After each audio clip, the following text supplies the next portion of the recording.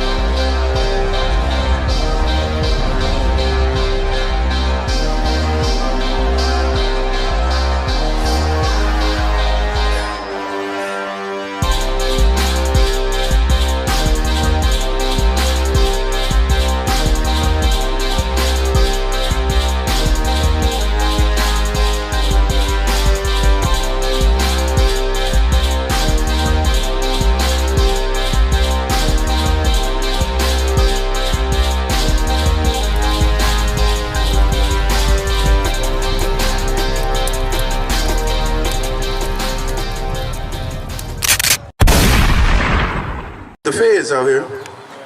They always out here. Daniel 7 and 9. Yeah, I'm good on that. I think we proved our point. That's history, but I do want that the Bible dictionary. We're gonna see who Ham is in the Bible dictionary. Daniel 7 and 9, real quick. You got that? Come. This is Daniel chapter 7, verse 9. And I beheld till the thrones were cast down, and the Ancient of Days did sit. This is the prophet Daniel. Daniel had a vision. Daniel had a vision, and he looked and he saw on his throne the Ancient of Days did sit. Who's the ancient? Who's more ancient than days? Talking about the Most High. Go ahead. The Ancient of Days did sit, whose garment was white as snow, and the hair of his head like pure wool. Ooh-wee. Said his hair was like pure wool. Now, what race of people has hair like pure wool?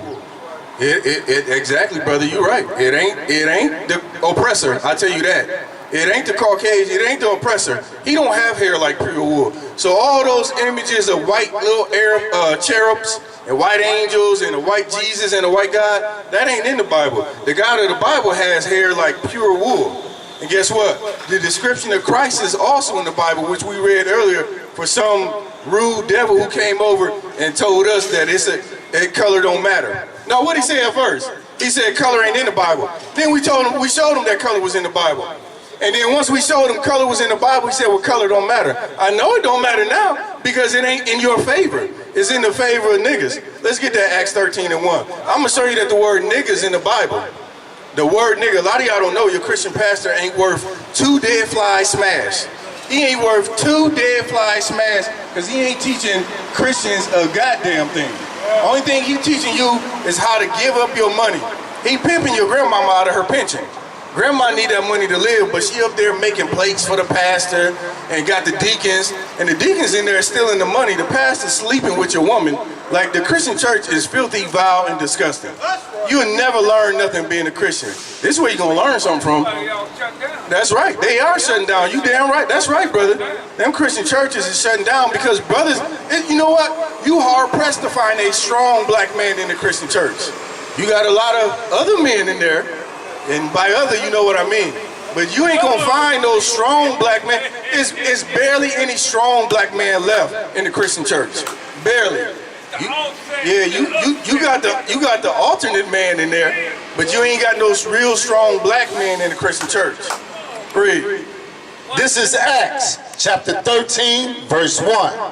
Now there were in the church that was at Antioch certain prophets and teachers. There were certain prophets and teachers in this church in Antioch, right? Now let's find out a little something about these prophets and teachers in the church in Antioch. Read. As Barnabas and Simeon. Right? There's 2 of them, Barnabas and Simeon. Go ahead. That were called Niger. They were called what?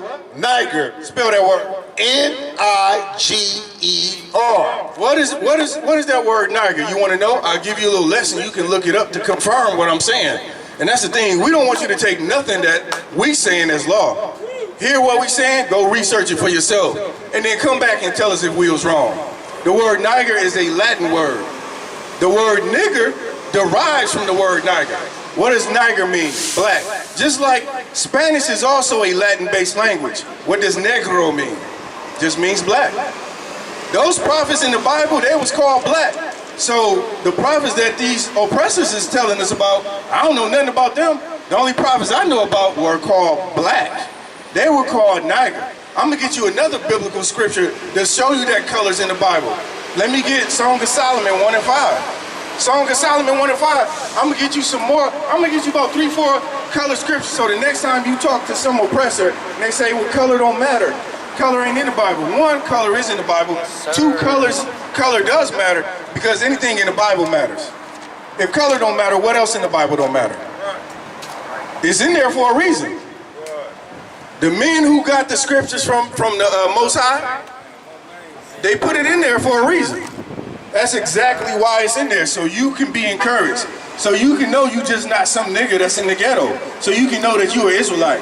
So you can know that Christianity is not an identity. Christianity is a religion. Ain't no religion in this book. There's not a Pentecost.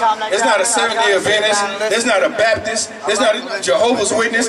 There's not a Methodist. There's none of that garbage in here. None of it. But guess what? Your oppressor teaches you that you should be a Methodist, or you should be a Baptist, or you should be a Christian in general, when that ain't even in the Bible. Song of Solomon 1 and 5. Is that the right one? Go ahead. This is Songs of Solomon, chapter 1, verse 5. I am black, but calmly. Oh, hold on, brother. You read that. Brothers really gotta... Where are we at? Songs of Solomon. Oh, yeah, okay. Yeah. Read it again. This is Songs of Solomon, chapter 1, verse 5. I am black. Spell that word. B-L-A-C-K. Go ahead.